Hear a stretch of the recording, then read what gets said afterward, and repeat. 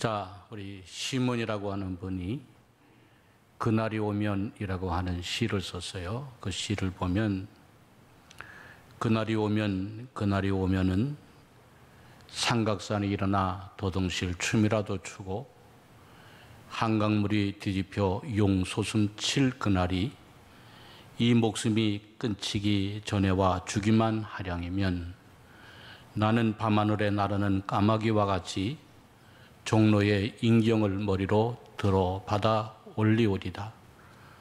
두 계곡은 깨어져 산산조각에 나도 기뻐서 죽사옴에 오히려 무슨 한이 남으오리까. 그날이 와서 오 그날이 와서 욕조함 넓은 길을 울며 뛰며 뒹굴어도 그래도 넘치는 기쁨에 가슴이 미어질 듯하거든 드는 칼로 이 몸의 가죽이라도 벗겨서 커다란 북을 만들어 들쳐매고는 여러분의 행렬에 앞장을 서오리다. 우렁찬 그 소리를 한 번이라도 듣기만 하면 그 자리에 꼬꾸러져도 눈을 감겠소이다. 조국의 해방을 꿈꾸면서 시몬이라고 하는 사람이 이 그날이 오면이라고 하는 시를 썼습니다. 도산 안창호 선생이 동포에게 고함이라고 하는 글 속에 또한 이런 글을 썼습니다. 대한독립의 소리가 천국에서 들려오면 나는 마땅히 천국에서 춤추며 만세를 부를 것이다 라고 했습니다. 어제 우리는 8월 15일 75주년 광복절을 맞이했습니다. 광복절의 문자적인 의미는 빛광자, 회복할 복자, 그리고 맞이절입니다. 다시 말하면 빛을 되찾은 날이다. 그런 의미의 말입니다. 자, 빛을 되찾았다는 것은 무엇을 의미할까? 그 첫째는 주권을 되찾았다는 겁니다. 나라의 기본 요소는 세 가지가 있어야 됩니다. 첫째는 국민이고, 둘째는 영토고, 세 번째는 주권입니다. 그 당시 우리나라는 국민도 있었고 영토도 있었지만 주권이 없었어요. 그래서 주권을 도로 찾았다. 그런 의미입니다. 둘째는 자유를 되찾았다는 겁니다. 자유.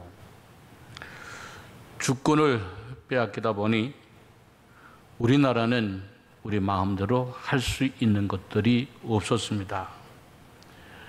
젊은이들은 징병이 되어 전쟁터로 끌려가고 여인들은 정신대로 끌려가고 일할 수 있는 노동자들은 징용으로 끌려갔습니다. 국민들은 일왕의 신민, 일왕의 노예로 전락이 됐습니다. 나라를 잃고 보니 모든 것을 다 잃게 되었습니다. 셋째는 무엇을 되찾았는가? 어를 되찾았다는 겁니다.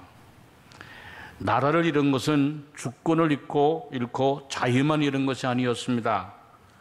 조상들의 어를 잃고 자신들의 어를 잃었습니다. 그래서 개인들은 이름을 잃어버렸고 언어를 잃어버렸고 지금까지 살아왔던 역사, 조상들의 어를 잃어버렸습니다. 이러한 것을 되찾은 날이 바로 광복절이라는 거예요.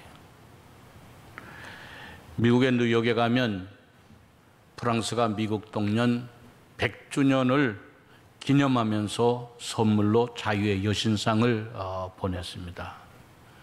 이 자유의 여신상은 원래 이름은 세계를 비치는 자유다. 그런 이름이 있습니다. 프랑스는 이 상징물을 통해서 미국이 영국으로부터 독립한 것을 기념하는 것도 되고 또 하나는 앞으로 미국이 세계의 자유를 지키는 기수가 되어 달라고 하는 의미로 이 자유의 여신상을 만들어 보낸 것입니다. 그러면서 이 여신상에는 왼편에는 독립선언서가 들려져 있고 오른손에는 횃불이 들려져 있는 형상으로 만들었습니다.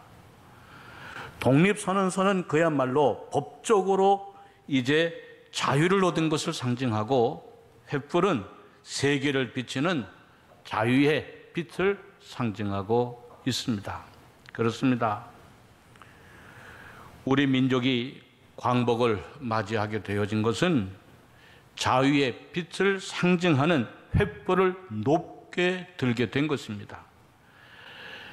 그리고 전 세계에 대한민국은 자유 대한민국이라고 하는 것을 선언하면서 알리게 되는 것입니다. 그런데 여러분, 우리 예수를 믿는 사람들에게는 이 광복절은 또 다른 특별한 의미가 있습니다. 그것은 신앙을 되찾았다라고 하는 것입니다. 일본은 우리나라의 주권만 빼앗은 것이 아니었습니다.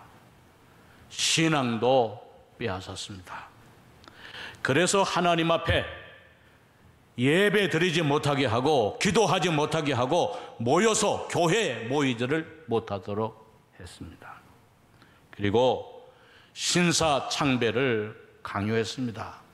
하나님 앞에 하나님의 이름으로 기도하고 예배하는 것이 아니라 천황 앞에 기도하고 참배하도록 그들은 강요했다는 거예요.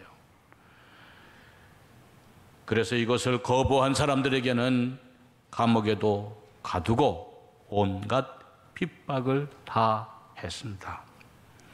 그래서 예수 믿는 사람들이 중심이 되어서 3.1운동을 일으키게 되고, 그 당시에 미미한 교세임에도 불구하고 교회가 항일운동에 앞장서게 되고, 주기철 목사님을 비롯한 수많은 선교자들이 그 당시에 나오게 된 것입니다. 그래서 광복절은 나라의 주권만 되찾은 것이 아니라 신앙의 주권도 되찾은 날이기도 하다는 겁니다.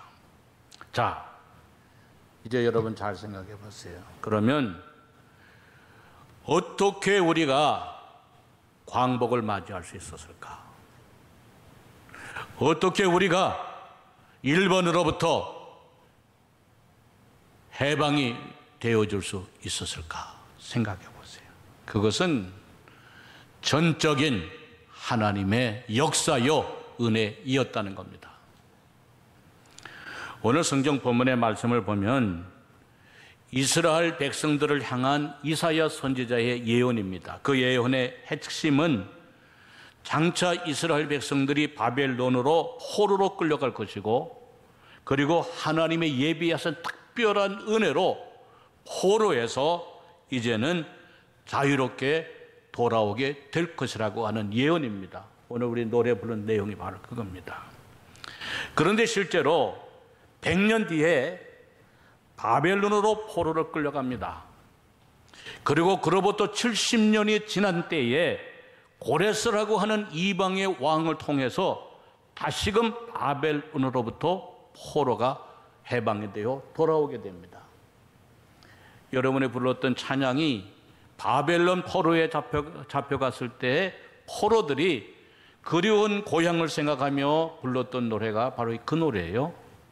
자, 오늘 본문 1절에 보니까 내가 그의 오른손을 붙들고 그 앞에 열국을 항복하게 하며 내가 왕들의 허리를 풀어 그 앞에 문들을 열고 성문들이 닫히지 못하게 하리라 그랬어요. 자, 그런데 실제로 하나님은 고레스라고 하는 이방의 왕을 세워서 큰 나라를 만들게 하시고, 그 고레스를 통해서 이스라엘 백성들이 다시금 예루살렘으로 돌아오도록 했다는 겁니다. 페르시아 지방에 안산이라고 하는 조그만 나라가 있었어요. 그 나라의 왕은 캄비세스 1세였습니다. 캄비세스 1세. 근데 메데라고 하는 나라의 왕 아스티아게스라고 하는 왕의 딸이 있었는데 만다네라고 하는 딸이 있었어요. 이 캄비세스 1세와 메데 나라의 왕의 딸 만단의 사이에서 난 아들이 누구냐? 고레스라고 하는 아들이. 고레스는 아버지의 뒤를 이어서 안산이라고 하는 자그마한 나라의 왕이 됩니다. 왕이 되어지자마자 그 근방의 페르시아의 지역에 있는 나라들을 정복하기 시작합니다. 결국 고레스는 페르시아 지방 지역에 이제 모든 나라들을 거의 다 점령을 합니다. 그리고 나서 9년 뒤에 외조부가 통치하던 아내의 할아버지가 통치하던 메데라는 나라와 합병을 합니다. 그리고 주위의 나라에 다 있는 것들을 합병하고 점령하고 해서 거대한 제국, 페르시아라고 하는 제국을 만들게 됩니다. 그러던 중에 주전 539년에 당시의 최대의 강대국이었던 바벨론이 이제는 분열을 합니다. 그 분열의 틈을 틈타가지고 페르시아 제국의 고레스가 바벨론을 점령해 들어갑니다. 그리고 바벨론을 점령을 해서 당시의 최대의 제국을 고레스가 이루게 됩니다. 짧은 시간이었지만 누구도 생각하지 못했던 작은 나라의 안산의 고레스가 바벨론을 무너뜨리고 페르시아라고 하는 제국의 이제 맹주로 이제 등극을 하게 되죠. 그리고 그 결과 이스라엘 백성들은 2년 뒤에 주전 537년에 고레스 왕이 칙령을 내립니다. 이스라엘 백성들은 다 이스라엘로 예루살렘으로 돌아가도 좋다. 그리고 지도자 스룹바벨을 앞세워 가지고 많은 금은까지 보태어서 이스라엘로 예루살렘으로 돌려보내게 됩니다. 자, 여러분 생각해 보세요. 이스라엘 백성들이 바벨론에서 포로되었다가 돌아올 수 있었던 것이 그것은 전적인 하나님의 은혜였다는 거예요.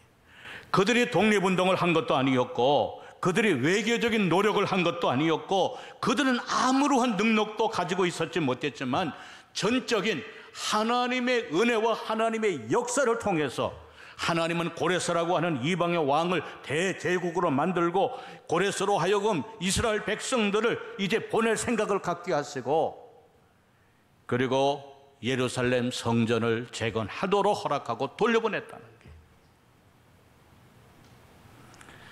여러분, 그건 이스라엘 백성들만이 아니에요. 우리나라의 광복을, 우리나라의 해방을 생각해 보세요. 물론 우리나라의 독립을 원하는 사람들이 상해에 임시정부를 만들고 광복군이라고 하는 군대를 만들어서 만주에서 독립운동을 하기는 했지만 하나님의 역사는 그들을 통해서 온 것이 아니라 전혀 다른 방법으로 우리 민족에 하나님은 역사하셨다는 게. 세계 제2차 대전을 일으켰던 세 나라가 동맹을 맺었잖아요. 일본, 독일, 이탈리아. 이 세 동맹이 연합군의 전세에 밀리기 시작합니다. 1943년 9월에 이탈리아의 무솔로니가 항복을 합니다. 그리고 1945년 5월에 독일의 나치가 항복을 합니다. 마지막까지 버텼던 나라가 어딘가? 일본입니다. 이때에 1945년도 7월 26일에 미국, 영국, 소련, 중국의 대표들이 포츠담에 모여서 회의를 합니다. 그 회의의 결론은 일본이 무조건 항복을 하든지 아니면 전쟁을 해서 져든지 둘 중에 하나를 택하라고 그들은 결론을 냈습니다. 그리고 일본에게 선언을 합니다. 전쟁을 하든지 항복을 하든지 둘 중 하나를 하라.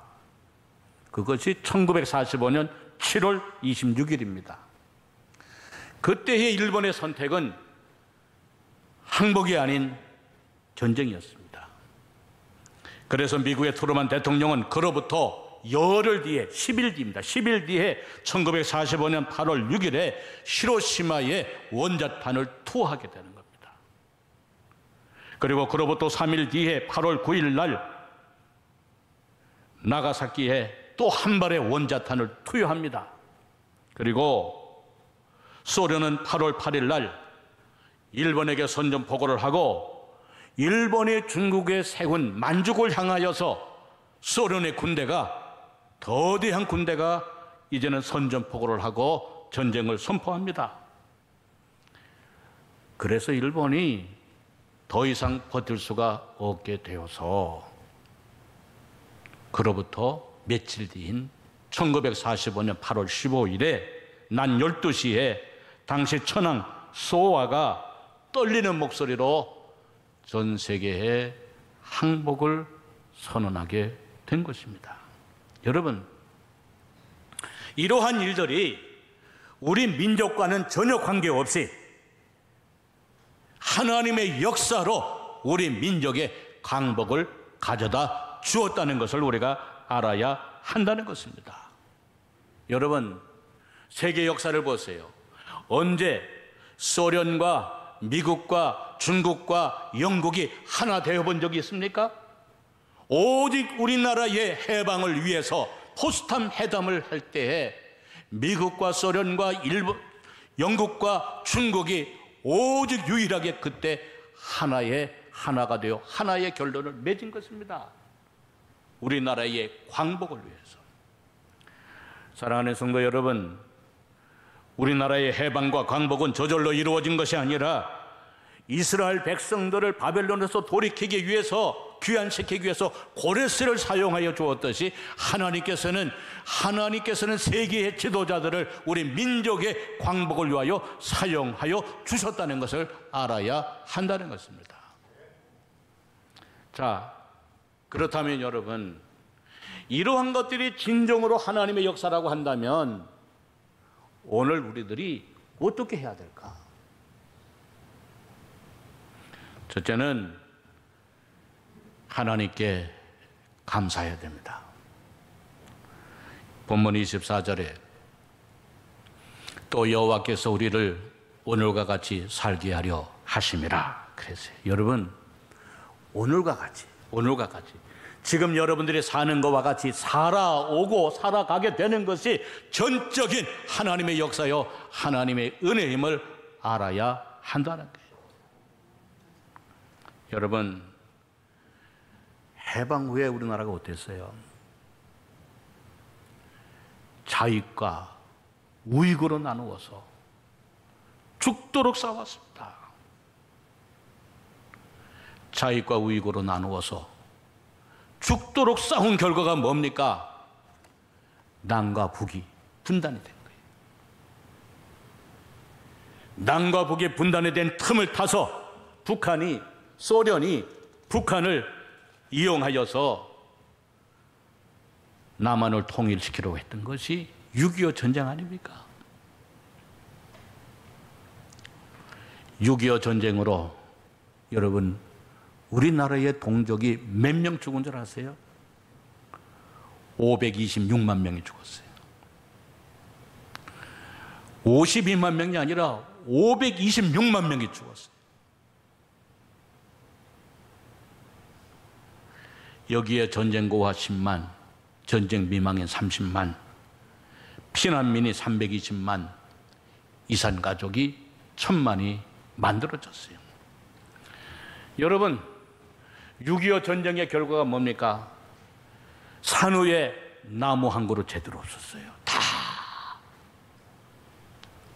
폭탄에 쑥대밭이 됐어요.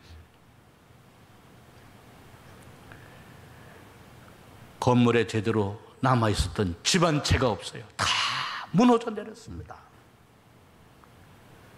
우리나라의 광산은 완전히 황폐가 되었어요. 땅도 사람도 다 무너지고 황폐가 되었어요. 먹을 것이 없고 빈곤은 극에 달했어요. 여러분, 나이가 드신 분들은 아시잖아요. 우리가 어렸을 때 아침마다 배가 고파서 거지가 아닌 어린아이들이 깡통을 들고 부잣집에, 그래도 먹을 만한 집에 쓰레기통을 뒤지고, 그리고 보고화를 먹고 죽은 사람이 얼마나 많아요. 연탄가스를 마시고 죽은 사람들이 얼마나 많아요. 오단불 제대로 입지 못하고 얼굴에는 버짐이 쓸고. 그것이 바로 우리 대한민국이었다는 거예요. 오늘과 같이 잘 사는 거, 거저 잘 사는 것이 아니라 하나님의 은혜의 힘을 잊어서는 안 된다, 그 말이에요.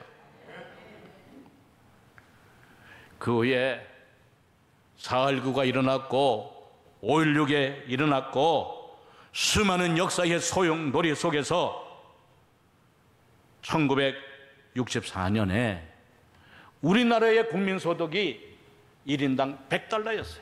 1인당 100달러. 올해 2020년도 우리나라의 국민소득이 얼마냐? 34,494달러가 되었어요. 당당하게 세계 경제 개국에 들었어요. 여러분, 예전에는 한 달을 벌어야 쌀1가마 샀어요. 한 달 벌어야 쌀1가마 샀어요. 요새는 하루 벌면 쌀1가마 삽니다. 노동판에 가서도 하루 벌면 쌀1가마 사요. 집에는 TV, 냉장고, 에어컨, 선풍기, 가전제품이 없는 게 없잖아요.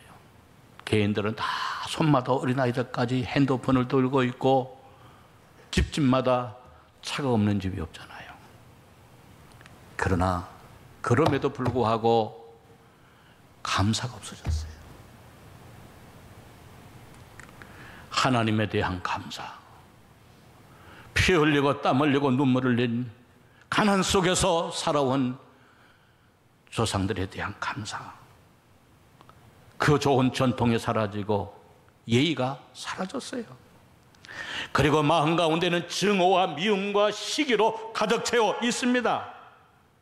2년간의 갈등은 예전이나 지금이나 달라진 것이 없습니다.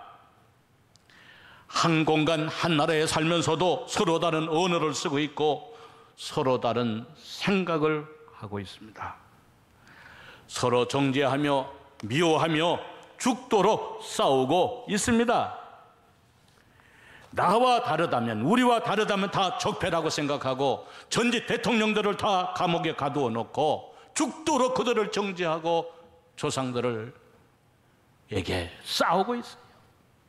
여러분, 하나님께서 우리나라를 그렇게 하라고 광복시켜 주시고 해방시켜 주신 것이 아니에요. 하나님께서 이렇게 하라고 우리나라를 잘 먹고 잘 살도록 만들어 주신 것이 아니라고 하는 거예요. 신명기 8장을 보면 이스라엘 백성들이 가나안 땅에 들어가기 전에 조심해야 될 것을 미리 말씀해 주었어요. 8장 11절에서 14절의 말씀을 보니까 내가 오늘 내게 명하는 여호와의 명령과 법도와 규례를 지키지 아니하고 내 하나님 여호와를 잊어버리지 않도록 삼갈지어다. 내가 먹어서 배부르고 아름다운 집을 짓고 거주하게 되며 내 소와 양이 번성하며 내 은금이 증식되며 내 소유가 다 풍부하게 될 때에 내 마음이 교만하여 내 하나님 여호와를 잊어버릴까 염려하노라 그랬어요. 그리고 19절 20절의 말씀을 보면 내가 만일 내 하나님 여호와를 잊어버리고 다른 신들을 따라 그들을 섬기며 그들에게 절하면 내가 너희에게 증거하노니 너희가 반드시 멸망할 것이라. 여호와께서 너희 앞에서 멸망시키신 민족들같이 너희도 멸망하리니 이는 너희가 너희 하나님 여호와의 소리를 청종하지 아니함이니라 그랬어요. 여러분, 내가 먹어서 배부르고 아름다운 집을 짓고 거주하고 소와 양이 번성하며 은금이 증식되며 내 소유가 풍부하게 될 때에 뭐라 그랬어요? 망하지 않도록 하라. 멸망당하지 않도록 하라. 그랬어요. 사랑하는 성도 여러분, 이제 우리가 돌아가야 될 곳이 있습니다. 이념으로 돌아가는 것이 아니라 하나님 앞으로 돌아가야 합니다. 회개하는 자리로 돌아가야 합니다. 이것이 우리 민족이 사는 길이에요. 이제는 저도 나이가 드니 부러워하지 않게 되는 게 있어요. 하나님을 떠나 부유하게 된 것을 보면 부러워하지 않습니다. 거짓으로 불의한 명예를 얻은 사람들을 보면 그렇게 부럽지가 않습니다. 남을 속여 잘 되는 사람들을 보면 그렇게 부러워할 필요가 없습니다. 우리들이 부러워할 것은 하나님 잘 믿는 사람들이고 하나님의 사랑 받는 것이고 하나님의 큰 은혜를 입는 사람을 부러워해야 합니다. 사랑하는 성도 여러분, 하나님을 신실하게 경외함으로 인하여서 하나님의 사랑과 축복을 받는 이 나라 이민족 저와 여러분 우리 모두가 되어지시기를 주의 이름으로 축원합니다.